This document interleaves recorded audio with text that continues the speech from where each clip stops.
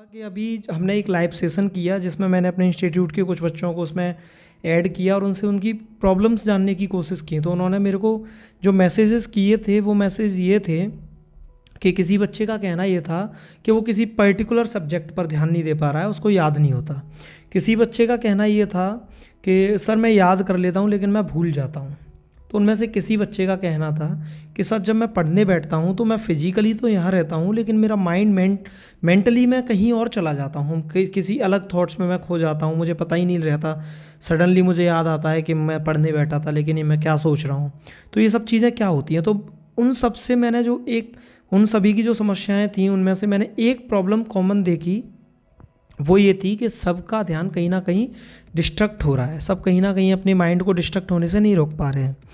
तो देखो इसके पीछे का रीज़न क्या है कि जब हम कोई भी काम करते हैं तो हमें वो काम करने के लिए एक रीज़न चाहिए होता है। फॉर एन एग्जांपल, आपको किसी भी हालत में डॉक्टर के यहाँ जाना पसंद नहीं होगा, लेकिन जब हम बीमार हो जाते हैं तो हम डॉक्टर के यहाँ जाते हैं, तो हम डॉक्टर के यहाँ घंटों लाइन में लगे रहते हैं। लाइन में लगे रहने के बाद रिसिप्ट लेते हैं और रिसिप्ट लेकर हम लाइन में खड़े रहते हैं, काफ़ी देर तक खड़े रहते हैं हमारा नंबर आने तक। अब आप सोचिए कि अगर आपके पास कोई एम ना हो, आपके पास कोई रीज़न ना हो, तो क्या आप उस लाइन पर जाकर खड़े हो पाएंगे 1 घंटे, 2 घंटे, 3 घंटे? बताइए। लेकिन आपके पास एक रीज़न रहता है, इसीलिए आप उस लाइन में 1 घंटे, 2 घंटे, 3 घंटे तक खड़े रह पाते हैं। तो समझिए इस चीज़ को। जब हम अपनी लाइफ में कोई भी चीज़ बिना किसी रीज़न के नहीं कर रहे, तो आप सोचिए आप पढ़ाई बिना किसी रीज़न के कैसे कर सकते हैं। समझ में आ रही है बात? रीज़न ही हमें हर चीज़ के पीछे एक रीज़न चाहिए, हमें कारण चाहिए कि ऐसा मैं करूं तो ऐसा मैं क्यों करूं, हमें सबको यही चाहिए।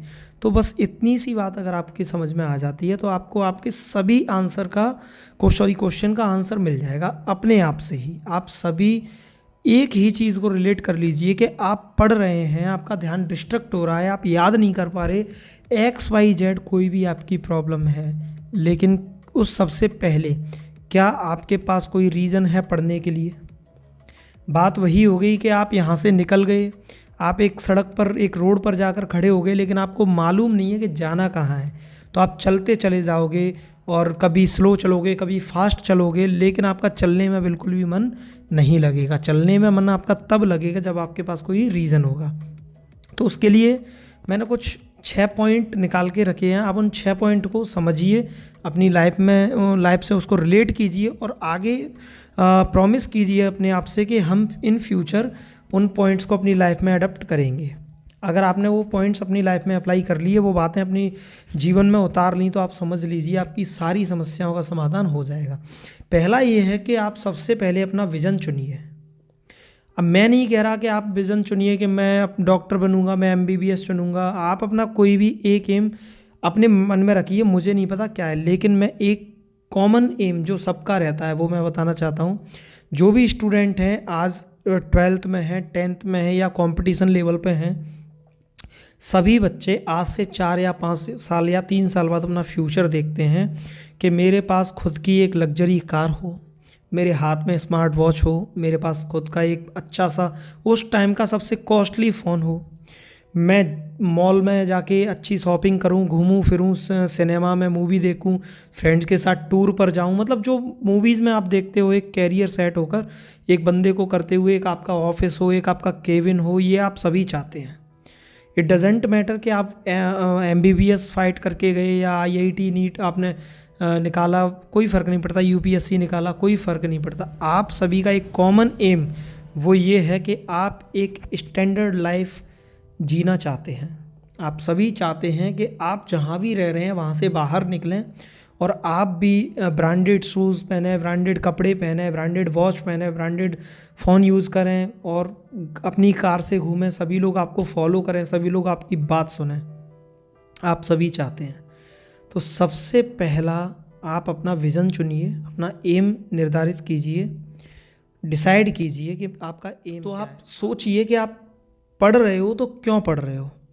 रीज़न ये है कि जब आप बिना किसी रीज़न के डॉक्टर के पास नहीं जा रहे, आप बिना किसी रीज़न के कोई काम नहीं कर रहे, तो आप इतना खतरनाक काम, पढ़ने का काम जो इतना डेंजरस लगता है आपको, वो आप कैसे कर लोगे बिना किसी रीज़न के। तो आपको पहले अपने दिमाग को कोई ना कोई एक कहते हैं ना वो लालच देना पड़ेगा। जैसे बच्चा कोई काम नहीं करता तो हम उसको लालच देते हैं, बेटा ये खाना खा लो, हम तुम्हें ये खिलाएंगे, हम घुमाने ले जाएंगे। तो आपका दिमाग जो है ना वो एक बच्चे की तरह है, आप उसको थोड़ा सा लालच दीजिए कि आप पढ़ लीजिए, पढ़ने के बाद आपको ये अचीव होगा। जब उसके पास एक एम हो जाएगा ना, एक गोल उसको दिखने लगेगा कि हाँ मुझे वहाँ पहुँचना है, तो हो सकता है आपकी 50% प्रॉब्लम सॉल्व हो जाए। लेकिन 50% प्रॉब्लम सॉल्व होगी, 50% के लिए आपको क्या करना पड़ेगा। दूसरा ये है कि अगर आपने सोच लिया कि मुझे 5 साल बाद ये करना है, तो 5 साल बाद वो जो करोगे उसके लिए, उस रिजल्ट के लिए आपको वेट कितना करना पड़ेगा, 5 साल। अब 5 साल बाद आपको पता लगेगा कि आप ऐसा कर पा रहे हैं कि नहीं कर पा रहे। और अगर आप नहीं कर पाए, फेल हो गए उसमें, तो आपका तो जीवन ख़त्म हो जाएगा, लाइफ डिस्ट्रॉय हो जाएगी उस टाइम पे। क्योंकि आज से 5 साल बाद आपके पास कोई चांस नहीं रहेगा पीछे आके रिवाइंड करके अपनी लाइफ को फिर से उसको इम्प्रूवमेंट करने का, उसमें सुधार करने का कोई मौका आपको नहीं मिलेगा। तो आपको क्या करना है, आपने अपना विज़न तो डिसाइड कर लिया, आपने एक विज़न बना लिया कि हाँ मुझे यहाँ पहुँचना है। उसके साथ आपको क्या करना पड़ेगा कि शॉर्ट टर्म प्लान बनाने पड़ेंगे, एज बाई एज, कि जब मैं 21 का होऊंगा तो मेरे पास क्या होना चाहिए, जब मैं 23 का रहूँगा तो मेरे पास क्या होना चाहिए, जब मैं 25 का होऊंगा तो मेरे पास क्या होना चाहिए। आप एज बाई एज अपना विज़न क्लियर रखो, अपना एक एम डिसाइड करके रखो कि मुझे 21 पर ये करना ही है। जैसे आप बना लीजिए कि मुझे 21 पर यूपीएससी फाइट कर देनी है, मैं कैसे भी करके 21 पर यूपीएससी फाइट कर लूँगा। कर पाए नहीं कर पाए, अब देखो 21 पे आपने एग्ज़ाम दिया यूपीएससी का, आपको लगा कि यार मेरा क्लियर नहीं हो पाया, तो कम से कम आपको 21 पे ही तो पता लग जाएगा। 22 पे आप उसमें अपनी मिस्टेक्स को क्लियर कर सकते हो। अब इसके लिए भी आपको तीसरा स्टेप जो फॉलो करना पड़ेगा वो ये करना पड़ेगा कि आपको शॉर्ट टर्म प्लान बनाने पड़ेंगे, यानी एक एक दिन के, एक एक सप्ताह का, एक एक महीने का प्लान बनाना पड़ेगा। ये क्यों बनाना पड़ेगा समझिए। आपने ये डिसाइड तो कर लिया कि मुझे लाइफ में बहुत सारा पैसा चाहिए, एक बहुत अच्छी लाइफ चाहिए, उसके लिए आपने बनाया कि मुझे 21 पर उस एम को हासिल करने के लिए मुझे 21 पर यूपीएससी फाइट करनी पड़ेगी। इससे कुछ नहीं होगा। अब आपको शॉर्ट टर्म प्लानिंग करनी पड़ेगी कि 21 पर मुझे यूपीएससी फाइट करने के लिए मुझे क्या करना पड़ेगा, मुझे आज ही पढ़ना पड़ेगा। और पढ़ने के लिए मुझे मेरा टाइम टेबल बनाना पड़ेगा, और टाइम टेबल मैं बनाऊंगा पर डे का, यानी एक एक दिन का। तो आप क्या करिए, सुबह उठिए, सुबह उठते ही आप एक कागज़ लीजिए, उस पर लिख लीजिए कि मुझे जैसे आपने अपनी एक लाइफ का पूरा एक कागज़ बना लिया, एक कागज़ पर पूरा आपने एक अपनी फिल्म आगे की क्रिएट करके उस पर लिख दी कि मुझे 21 पर ये चाहिए, 23 पर ये चाहिए, 25 पर ये चाहिए। तो आपके सामने आपका आगे की लाइफ में आप पहले से ही डिसाइड करके आप कागज़ पर लिख चुके हो। चाहे उसकी पिक्चर बना लीजिए, उसको अपने सामने लगा के रखिए जहाँ आप स्टडी करते हैं। उसी तरीके से आप एक दिन का बनाइए कि मुझे 8 बजे ये करना है, मुझे 12 बजे ये करना है, मुझे शाम को 10 बजे तक ये कर लेना है।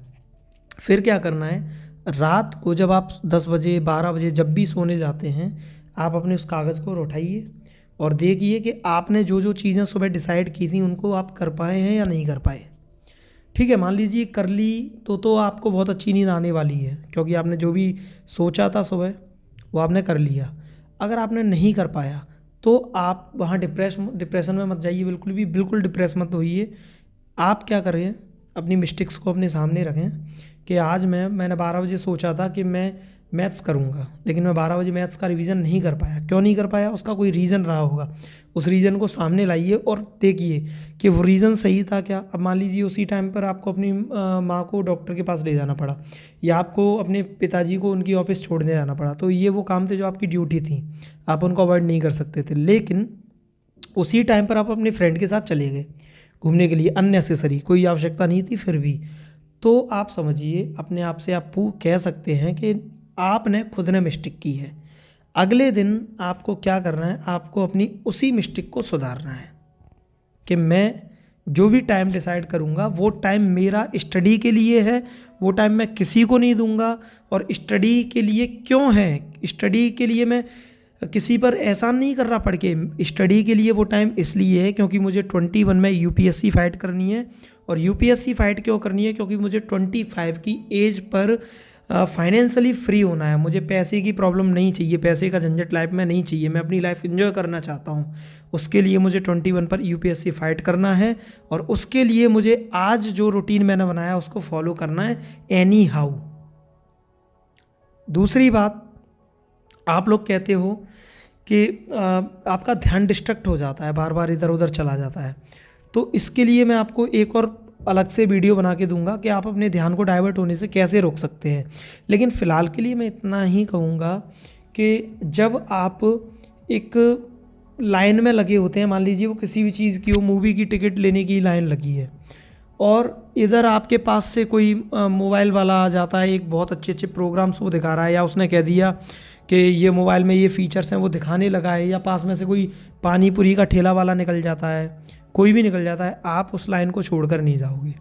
क्यों नहीं जाओगे? क्योंकि आपके सामने आपका एम और आपका विज़न क्लियर है कि अगर मैं इस लाइन में से हटा तो मेरी जगह कोई और ले लेगा, और मेरी जगह कोई और ले लेगा तो मेरे को फिर से शुरू करना पड़ेगा और फिर से मुझे लंबी लाइन क्रॉस करके आना पड़ेगा और मुझे मूवी का टिकट चाहिए हर हालत में। तो मैं ये टिक्की बाद में पी लूँगा, ये चीज़ें मैं बाद में देख लूँगा, पहले मैं एक बार टिकट ले लेता हूँ अपना, मैं लाइन नहीं छोड़ूंगा। तो जब आपका एम और विज़न क्लियर होगा ना कि मुझे 21 पर यूपीएससी नीट या कोई भी एग्ज़ाम क्लियर करना है, तो आप सोचोगे कि मैं ये इंस्टाग्राम, ये फेसबुक, ये व्हाट्सअप बाद में कर लूँगा, मैं गर्लफ्रेंड बॉयफ्रेंड ये बाद में बना लूँगा। पहले मुझे क्या करना है? पहले मुझे 21 पर यूपीएससी फाइट करनी है और उसके लिए मुझे आज पढ़ना है। ये सारे डिस्ट्रैक्शन मैं बाद में देख लूँगा। अगर आपका विज़न क्लियर होगा तो समझिए। तो इस चीज़ को आपको देख के चलना पड़ेगा कि अपना विज़न क्लियर करके रखना पड़ेगा। विज़न यानी रीज़न। जब तक कोई रीज़न नहीं होगा, चाहे मैं कितना बोल लूँ, चाहे आपके पेरेंट्स कितना भी बोल रहे हैं, कोई भी कुछ भी बोलता रहे, आप नहीं पढ़ने वाले बेटा। पढ़ने के लिए आपको चाहिए एक रीज़न, और एक छोटा मोटा रीज़न नहीं, एक बहुत बड़ा रीज़न जो आपको बार बार आपके माइंड को डिस्ट्रैक्ट होने से रोके। और सबसे बड़ी बात, जो लास्ट पॉइंट है हमारा, वो ये है कि future is the mirror of present. भविष्य का आईना जो है वो वर्तमान है। आप सपने देख रहे हैं कि मैं यूपीएससी फाइट करूँगा, मेरी लाइफ ये हो जाएगी, मेरी लाइफ में ये होगा वो होगा, मान लीजिए। और वो सपने आप कहाँ देख रहे हैं? बैठकर एक क्लब में, एक पब में, या किसी गार्डन में फ्रेंड के साथ। सोच लीजिए कि जो आपको चाहिए उसके लिए जो आपको कीमत चुकानी है, क्या वो कीमत आप अभी चुका रहे हैं? नहीं, आप मोबाइल चला रहे हो, कहीं और बिजी हैं। तो आपको वो फ्यूचर में जो भी आपने देखा है वो कुछ भी नहीं मिलने वाला। क्योंकि मोबाइल चलाने से वो मिल जाएगा क्या? मार्केट में घूमने से मिल जाएगा क्या? नहीं मिलेगा। मिलेगा आपको स्टडी करने से। समझ में आ गया? पढ़ाई करने से ही मिलेगा। तो अगर आप आज वो कीमत चुकाने के लिए तैयार हैं ना, तो आपको भविष्य में वो चीज़ें मिलेंगी।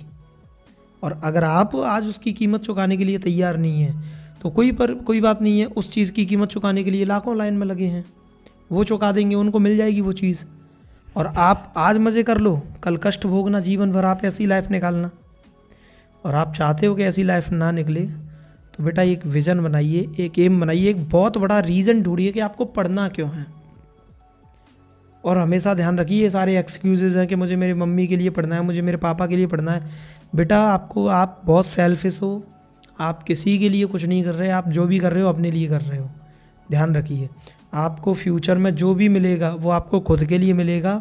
और आप XYZ कुछ भी काम कर रहे हो ना, आप अपने लिए के लिए आपको बहुत बड़ा रीज़न चाहिए। बार बार बोल रहा हूँ, एक बहुत बड़ा रीज़न चाहिए। अगर आपकी डिज़ायर नहीं है कुछ भी, तो मैं क्या बेटा, कोई भी आपको आके समझा ले, आप नहीं पढ़ोगे। ठीक है? बाकी रहा आपका डिस्ट्रैक्शन का, तो मैं अगली वीडियो जल्दी डालूँगा जिसमें मैं आपको बताऊंगा कि आपका जो ध्यान डिस्ट्रैक्ट होता है, आप डिवीज़न बना लिया, सब कुछ कर लिया, लेकिन फिर भी आप पढ़ने बैठे, फिर भी माइंड कंट्रोल नहीं हो रहा, तो उसके लिए आप अगली वीडियो देखना जो कि मैं जल्दी अपलोड करूँगा। ठीक है? तब तक के लिए गुड बाय, टेक केयर, ध्यान रखें अपना।